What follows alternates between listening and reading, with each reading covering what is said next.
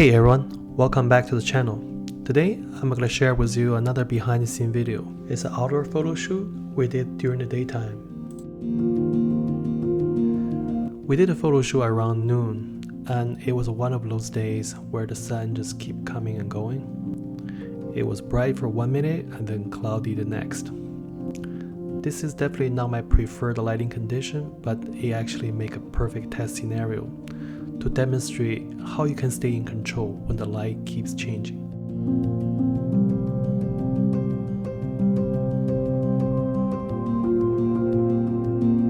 For this photo shoot, I use a 200 watt second strobe. It's a Godox AD200 Pro 2, and the light modifier I use is 24 inches softbox. So you can see it's a very simple portable lighting setup.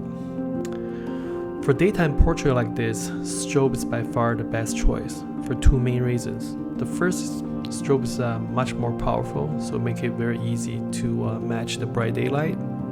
The second, strobe is daylight balanced, so it blends very well with the natural light in terms of color temperature. This is not the case when you're shooting low light, for example blue hour or when it's dark. For that you need a different type of setup. I have another behind the scene video to cover that topic, and I'll leave a link in the description if you're interested. Check it out.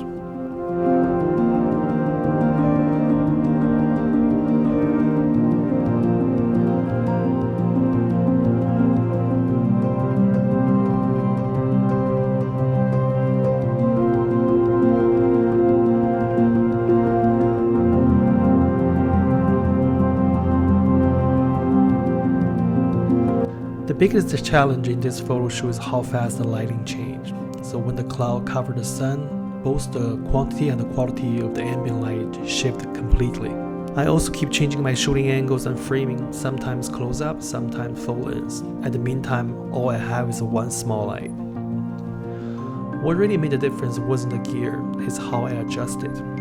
I have to keep tweaking the light power, the camera setting, and most importantly, the position of my light. That's what keeps the look consistent even though the environment keeps changing. Here's a quick compare with flash and without flash.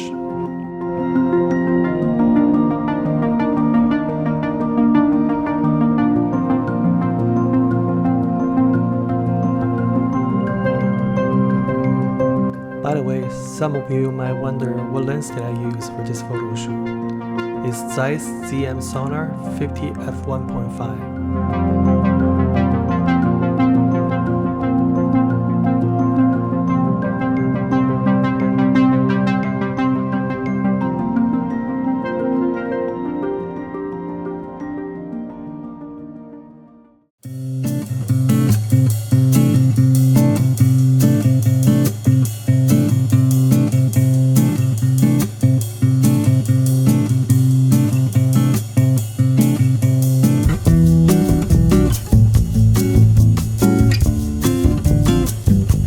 Using flash is both easy and hard. It's easy to make something bright, just fire the strobe.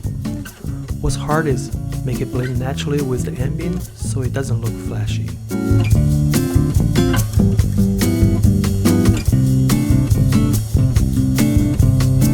Lighting also serves another function, which is adding the 3D dimension. Here's another compare with flash, and the other one is the flash with the power setting too low. You can see how the strobe helped to shape the light at that dimension.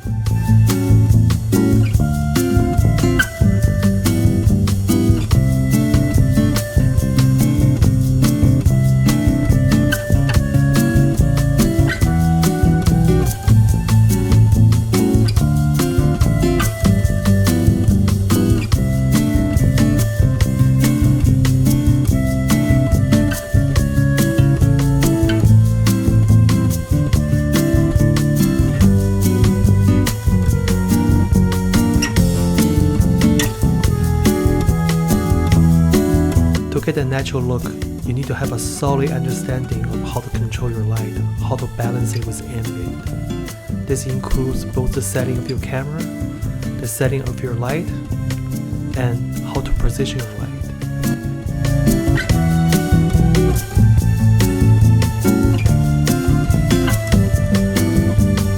find that you need to constantly adjusting the position of your light throughout the photo shoot, and this is especially the case when you're shooting with a small light modifier.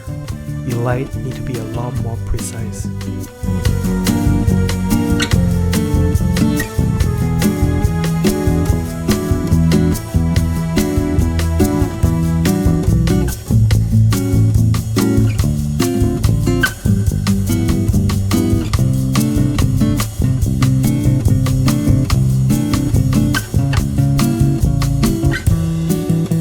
So the setup may look simple, but the key is how you adapt, how you balance your flash power, your camera setting, and your light position. Once you understand how to do that, you can create consistent look in any lighting condition. And more importantly, you can put it in a way that your light just look at part of the ambient light, so you can have that natural look.